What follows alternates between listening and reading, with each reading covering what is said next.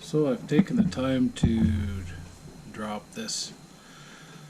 I read an article written by an American journalist that goes into very accurate description about Canada shifting from a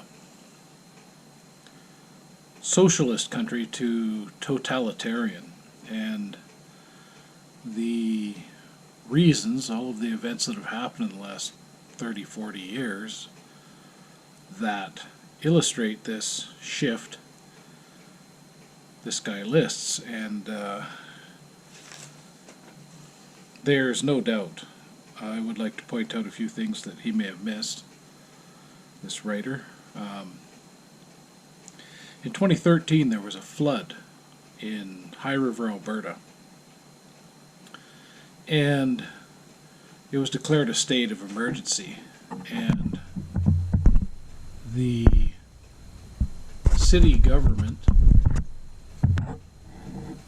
well, I'm not sure if it's a city, I think it's more of a town at any rate, declared an evacuation order, meaning all the residents had to leave their homes, and very few were permitted to stay. And the police and the Canadian Armed Forces were called in to keep those properties secure. 330 police officers, 330 Armed Forces personnel. They promptly set to kicking in the doors of homes where gun owners lived. And they had ascertained this by going in the database and finding out who had a possession acquisition license, PAL. Gun owners are forced by law to license themselves. And this was what the police and military used to determine who had guns, and then they promptly kicked in those doors and confiscated the guns in those premises. Now, the thing is, the police and the military, their job was to keep those homes secure from exactly that kind of action. And they had all kinds of technology and helicopters to make sure that they could do that. Instead, they turned Gestapo, and they kicked in the doors of the homes and they confiscated people's guns. That was in 2013. To date, there has been zero accountability. Most people in Canada aren't even aware this happened. This is a police state action, make no mistake about it. The fact that Canadian Armed Forces were party to it is just friggin' disgusting. But no one has been held to account for this. And the lefty media, which is very much in the Liberals' pocket, who are very much anti-gun, just as anti-gun as the Liberal government, they have pretty much ignored this story. Now, if a journalist's home had been ransacked by the police, I'm pretty sure they would have had something to say about this. I'm pretty sure they'd have been freaking out. But because it was gun owners, they had very little to say. I would recommend people to educate yourself about this. Now, the problem is, when you have a government that increases in size and power daily, you get a situation where the government is too big and it becomes a totalitarian police state. The police in Canada have decided that certain firearms that were already approved are now, they've declared them to be restricted, which means you have to have a special license to possess them, and if you don't, you're in criminal possession. Now, this is the police being judge, jury, and executioner, or jailer, if you will. They've also declared that certain magazines for certain rimfire firearms, the 1022, any magazine that holds more than 10 is now a prohibited device. Now, this is called a police state. There's no other way to describe it. And it's a pretty disgusting situation. This is not the kind of thing that we should be allowing to happen in Canada. Now, if TELUS takes on Huawei, with their 5G network. Basically, nobody will have any privacy. Justin Trudeau, the federal liberal, he admires China's basic dictatorship.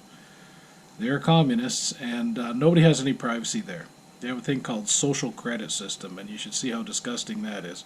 It's kind of like what's going on here. We have hate crimes courts and things like this, human rights tribunals. I mean, the only people who are being brought up in charges in front of those courts are white people. That's it. I mean, it's pretty friggin' racist. It's pretty obvious what their agenda is. So this is a situation, this little graphic I drew up here. Come on now, stand up, fella. He's having a hard time standing up because he's feeling the squeeze. He's under a lot of pressure. When you find yourself in the grips of big government,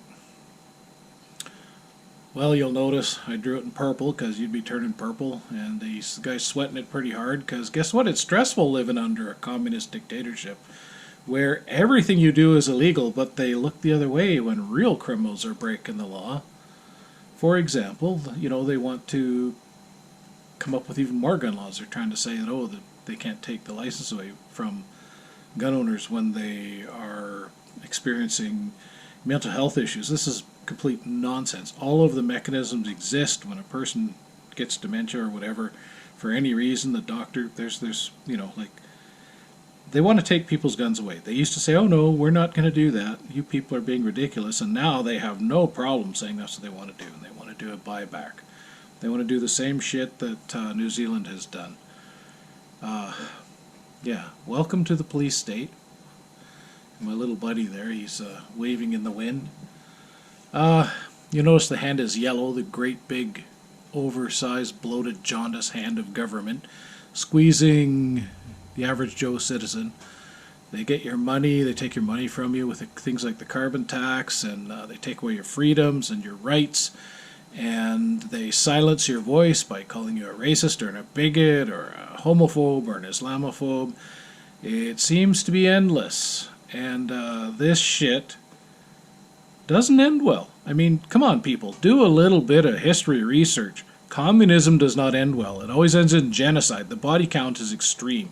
And there's no way these guys' brand of communism is going to work better than anybody else's, because it always ends the same. When it's as corrupt as it is, it just can't work. At least when you have capitalism and democracy, there's hope for the average citizen if they work hard and play their cards right to get ahead. And private industry must be allowed to profit and to succeed, because they are the employers, they are the innovators. And that's what freedom looks like. It doesn't happen in communist countries because why should anybody try hard? The government will just take everything that you create away and distribute it to everybody else. Meanwhile, they're so corrupt, they always make sure they got the lion's share, the government or their friends. Anyways, pay attention, wake up, folks. I mean, do you really want to live in a communist dictatorship? And if you really do, move to China, move to North Korea, you know? Move to, I don't know, there's lots of communist places you can live. Why do you got to ruin this damn country?